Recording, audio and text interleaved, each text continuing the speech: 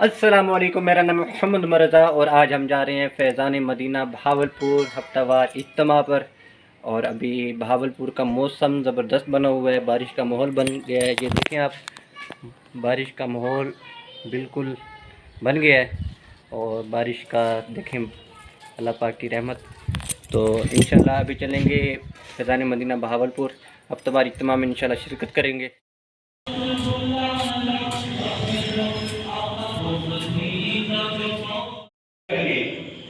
مطلب شوہر نے اپنی بیوی کو کہا تم میرے لیے میری ماں کی عزت ہو، یہ زہار ہوتا ہے، طلاق والا ہوتا تھا، یعنی کوئی ایسا کام کرتا تھا تو اس کی بیوی کو طلاق ہو جاتی تھی۔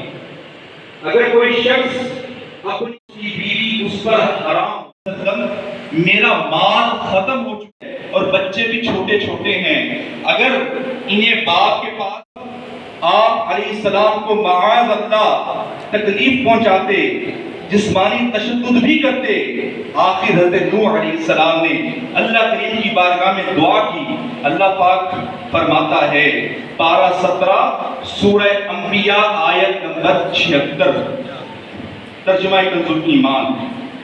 تو ہم نے اس کی دعا قبول کی اور اسے اور اس کے گھر والوں کو بڑی سختی سے نجات دی۔ حضرت نوح علیہ السلام کی اس دعا کے نتیجے میں کفار پر عظیم سیلاب کا عذاب آیا اور ان کو تباہ و برباد آپ کے حضور حاضر ہو جائے، اس کی بارگاہ میں دعا کرتے تھے اور اسی سے فریاد کرتے تھے۔ وہی فریاد سننے والا ہے، وہی اپنے بندوں پر رحم و کرم فرمانے والا ہے۔ اللہ پاک ہی کی جانب توجہ کرنے سے مشکلات ٹل جاتی ہیں۔ کاش ہم بھی نیک لوگوں والا پیارا پیارا انداز اپنا لیں۔ یقین مانیے آنے کا اصل مداوع ہے ہی یہی کہ بندہ رب کریم کی بارگاہ میں حاضر۔ بہت ساروں کا حال اس کے برعکس ہے، اس کے الٹ ہے۔ لوگوں کی ایک تعداد ہے جو مشکل اور پریشانی کے وقت رب کو یاد کرتے ہیں، بیماری آ جائے، تندرستی آ جائے، کاروبار بند ہو جائے، امیدیں ٹوٹ جائیں تو اللہ پاک کے حضور جھکتے ہیں، نمازیں بھی پڑھتے ہیں، ذکر و دعا بھی کرتے ہیں، صدقہ و خیرات بھی کرتے ہیں، مسجدوں کی حاضری، اوراد و وظائف وغیرہ سب کچھ معمول بن جاتا ہے۔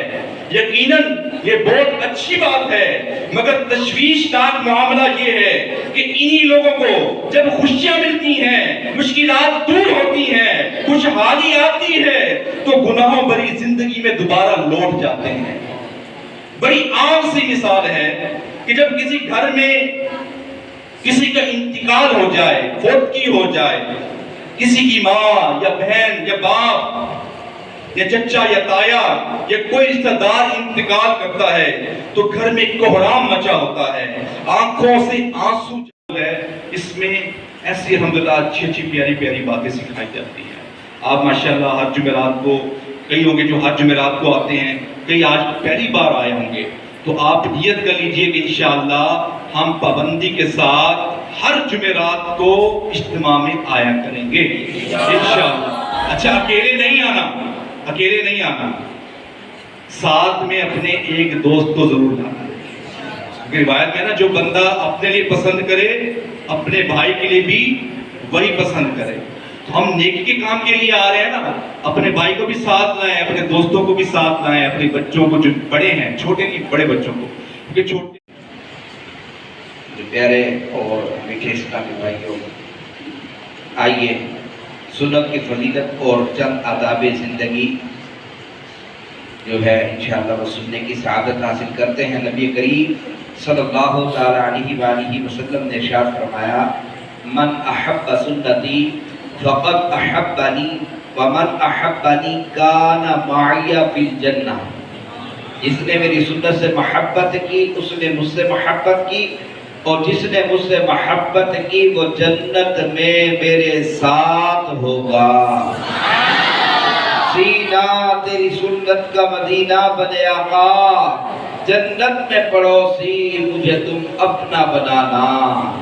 صلو علی الحبیب صلی اللہ علیہ وآلہ وسلم. دو فرامین مصطفیٰ صلی اللہ تعالی علیہ وآلہ وسلم. تم لوگ ان بے زبان جانوروں کے بارے میں اللہ پاک سے ڈرو. ان پر اس وقت سوار ہوا کرو جبکہ وہ اچھی حالت میں ہوں اور انہیں اچھی طرح کھلایا. دعوت اسلامی کے ہفتہ وار اجتماع میں پڑھے جانے والے 6 درود پاک اور 2 دعائیں انشاءاللہ پڑھنے کی سعادت حاصل کریں گے. بزرگوں نے فرمایا کہ جو شخص ہر شب جمعہ اور جمعرات کی درمیانی رات کے درود پاک پابندی سے کم از کم ایک بار پڑھے، موت کے وقت سرکار مدینہ صلی اللہ علیہ وآلہ وسلم کی زیارت کرے گا اور قبر میں داخل ہوتے وقت یہ یہاں تک وسلم اسے قبر میں اپنے رحمت بھرے ہاتھوں سے اتار رہے ہیں. اللہم صلی وسلم وبارک علی سیدنا محمد النبی الأمی الحبیبی العالی القدری العظیمی الجاہ وعلى آلہ وصحبہ وسلم.